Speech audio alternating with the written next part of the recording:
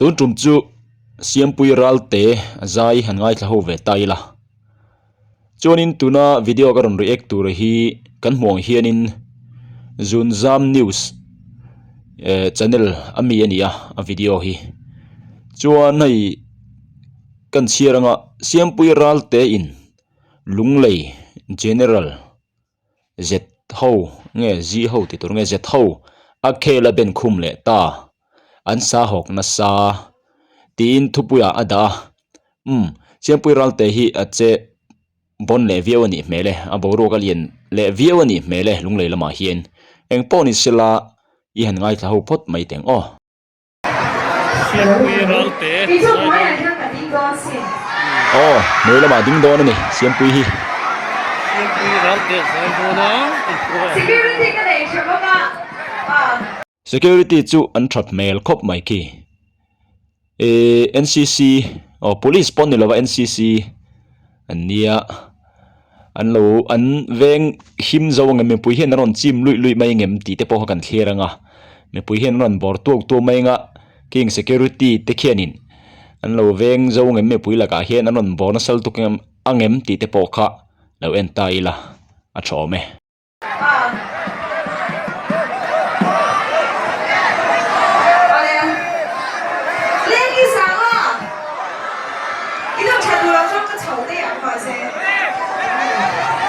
inom thadu lo chuan ka chho da yang atia mi pui lam tan po om that chu ngai doi khop mai Siampuii Ralte bo ro po a tha mel khop mai mi pui lam po an du hu mai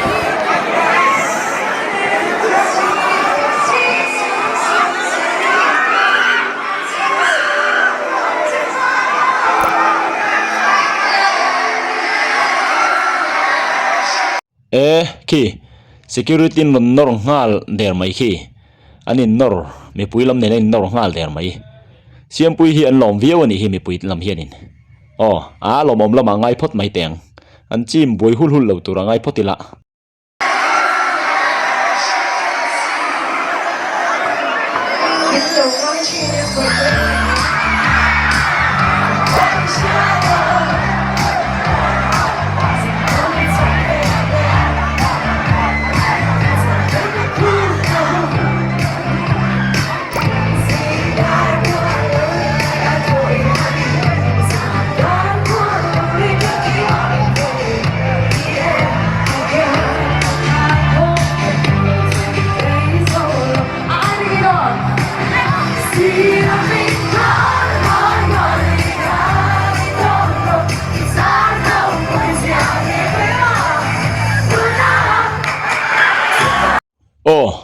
kha ngai kha ni kha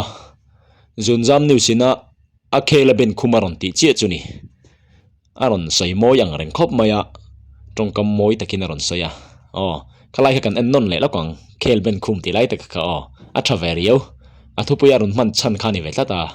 Zunzam News ina aron man khani ve ta kan en non le la kwang khalai ka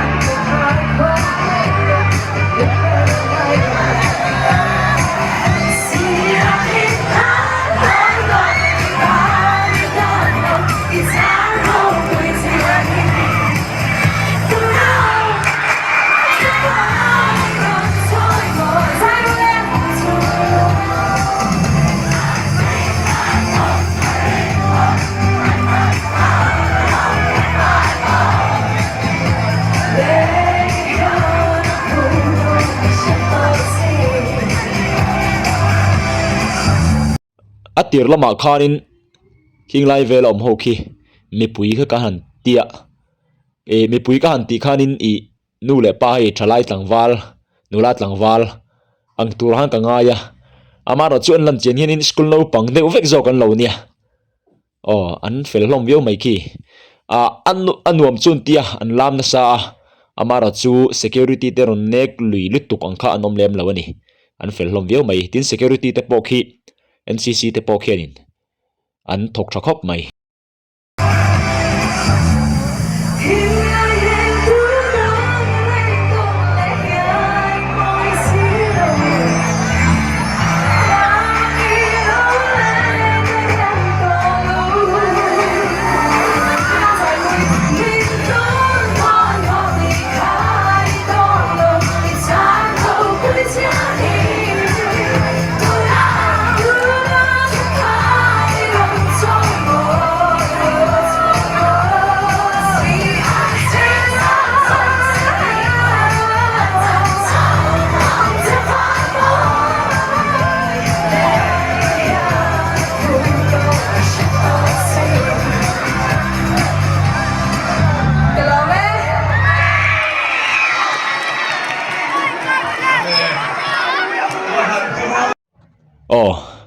boruak khi an nei lian hrim hrim Siampuii Ralte te ho hi chuanin